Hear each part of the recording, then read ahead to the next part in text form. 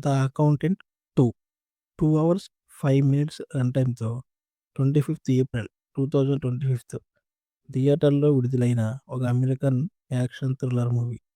ఇది అమెజాన్ ప్రైమ్‌లో జూన్ 5న రిలీజ్ అయింది. ఈ మూవీ 2016 ది అకౌంటెంట్‌కు సీక్వెల్. ది అకౌంటెంట్ తెలుగులో లేదు. ది అకౌంటెంట్ 2 మాత్రం తెలుగులో అవైలబుల్‌గా ఉంది. మూవీ ప్లాట్‌కొస్తే మూవీ ఓపెనింగ్ సీన్ మాజీ ఫిన్సెన్ డైరెక్టర్ రేమండ్ కింగ్ రహస్యంగా అనాయిస్ అనే ఒక లేడీ హంతకురాలను కలిసి సాల్వడోరియన్ కుటుంబాన్ని కనుగొనడంలో సహాయం కోరతాడు. ఆ ఫ్యామిలీ యొక్క తల్లిదండ్రులు మరియు చిన్న కొడుకు యొక్క పాత ఫోటోను మాత్రం చూపిస్తాడు. అనాస్ ఈ ఆఫర్‌కు ఒప్పుకోదు. కానీ కింగ్‌ను ఎవరో వెంబడిస్తున్నారని చెప్తుంది. తరువాత అక్కడ జరిగిన ఫైరింగ్‌లో కింగ్‌ను చంపేస్తారు. అనాస్ తప్పించుకుని వెళ్ళిపోతుంది. కింగ్ ఫిషర్ మరియు ఫిన్సెన్ యొక్క ప్రస్తుత డైరెక్టర్ మేరీ బెత్ మెడిన్ అతను చనిపోయిన తర్వాత అతని డెడ్ బాడీని గుర్తించి అతని చేతిపై వ్రాసుకున్న ఫైల్ ది అకౌంటెంట్‌ను కనుగొనండి అన్న దాన్ని చూసి కేసును టేక్ ఓవర్ చేసుకోవాలని నిర్ణయించుకుంటుంది. క్రిస్టియన్ వోల్ఫ్ అనే ఒక గవర్నమెంట్‌కు వ్యతిరేకంగా అన్ని పనులు చేస్తుంటాడు. మెరీనాకు క్రిస్టియన్ వోల్ఫ్ మీద నమ్మకం లేకపోయినా ఫోటోలోని కుటుంబాన్ని వెతకడంలో హెల్ప్ చేయమని ఆమె అతన్ని అడుగుతుంది. అనాయిస్ మరియు కింగ్‌ను చంపడానికి వచ్చిన వ్యక్తి కోప్ తన సూపర్వైజర్ బూర్కేకు ఇన్ఫర్మేషన్ ఇస్తాడు. తను ఇంకా బతికే ఉంది, పలానా వ్యక్తితో కాంటాక్ట్ అయ్యింది అని.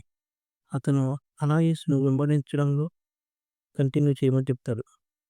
తనను వెంబడిస్తున్న వ్యక్తిని పట్టుకొని తన ద్వారా బూర్కే ఆమెకు ఏం చేశాడో ఆమెకు తెలుసుకుంటుంది. క్రిస్టియన్ వోల్ఫ్ తన విడిపోయిన బ్రదర్ బ్రాక్స్టన్‌ను ఈ కేసులో హెల్ప్ కోసం లాస్ ఏంజెల్స్‌కు పిలుస్తాడు. క్రిస్టియన్‌కు సహాయం చేయడానికి కొంతమంది టీనేజ్ పిల్లలను ఒక టీమ్‌గా తయారు చేస్తారు. వివిధ హై టెక్నాలజీ హ్యాకింగ్ చేయడంలో వాళ్ళు ఎక్స్‌పర్ట్స్. ఆ పిల్లలు ఒక టీమ్‌గా కలిసి పనిచేస్తారు. ఆ టీమ్ అనాస్ ఫోటోను ఐడెంటిఫై చేస్తారు. కానీ ఆమెను గుర్తించలేరు. ఆమె ప్రతి సీసీ కెమెరాలో తన ఫేస్‌ని కవర్ చేసుకుంటూ వచ్చింది. మెరీనాకు వాళ్ళు చేసే ఆ ఇల్లీగల్ హ్యాకింగ్ గవర్నమెంట్‌కు వ్యతిరేకంగా అని వాళ్ళ నుంచి వెళ్ళిపోతుంది. మదీనా కింగ్ అండర్‌లో ఉన్న ఆసుపత్రికి వెళ్ళి అక్కడ అనాయిస్ గురించి తెలుసుకోవడానికి ట్రై చేస్తున్నప్పుడు ఆ మిస్సింగ్ ఫోటోలో ఉన్న వాళ్ళ అమ్మే ఈ అనాస్ అని తెలుస్తుంది. అనాస్ ఒక ప్రమాదంలో ఆమె జ్ఞాపకాలను కోల్పోతుంది. తన ఫ్యామిలీ గురించి తనకు ఏమీ గుర్తుండదు. అనాయిస్ మదీనా ఇద్దరి మధ్య గొడవలో మదీనా అనాస్ కత్తితో పొడుస్తుంది. వాళ్ళ ఇంట్లో వాళ్ళ ఫ్యామిలీ ఫోటోలు చూసి తన పాత జ్ఞాపకాలు గుర్తుకొస్తాయి అనాస్‌కి. వాళ్ళ హస్బెండ్‌ని ఎవరు చంపారు? తన కొడుకుని ఎవరు కిడ్నాప్ చేశారు? తను ఎక్కడ ఉన్నాడు? తనని కాపాడడంలో మదీనా, క్రిస్టియన్ తన బ్రదర్, పిల్లాడిని ఎలా కనుగొన్నారు అన్నదే స్టోరీ. Plus points. మూవీలో హైలైట్ సీన్ నాకు బాగా నచ్చిన సీన్ అండ్ మూవీని చూడాలి చివరి వరకు అనిపించే సీన్ అదే. Hacking scene. అనాస్ ఫేస్‌ని ఐడెంటిఫై చేయడానికి ఫేస్‌ని ప్రతి ఒక్క సీసీ కెమెరాలో కవర్ చేసుకుంటూ వచ్చిన తనకు తెలియకుండానే ఒకరి ఫోన్ సెల్ఫీలో పడుతుంది. ఆ ఫోన్ ఎవరిది? తన ఫోన్‌ను ఎలా హ్యాక్ చేశారు? తన ఫోన్‌లో నుంచి తను తీసుకున్న సెల్ఫీ ఫోటోలు డేటాను ఎలా దొంగిలించారు అన్నది ఎంతో ఆన్‌లైన్ ఇంటర్నెట్ టెక్నాలజీతో సూపర్‌గా హ్యాక్ చేశారు. ఆ scene big plus point. Movie fight scenes and direction బాగుంది. గన్స్‌తో ఫైట్స్ బాగున్నాయి.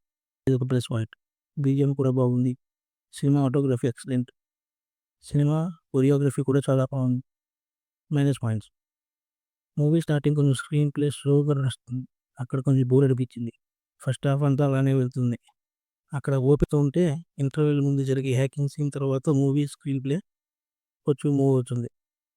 ఫస్ట్ హాఫ్ అంతా కొంచెం కన్‌ఫ్యూజన్‌గా ఉంటుంది. కనెక్ట్ అవ్వడానికి టైం పడుతుంది. ఆస్ ఫ్యామిలీ గురించి మాకు విజువల్స్ ఉండవు. ఆ సీన్స్ కూడా చూపిస్తే పాపం లేదు. ఫైనల్‌గా ఈ మూవీకి నా రేటింగ్ 2.7/5. Thanks for watching.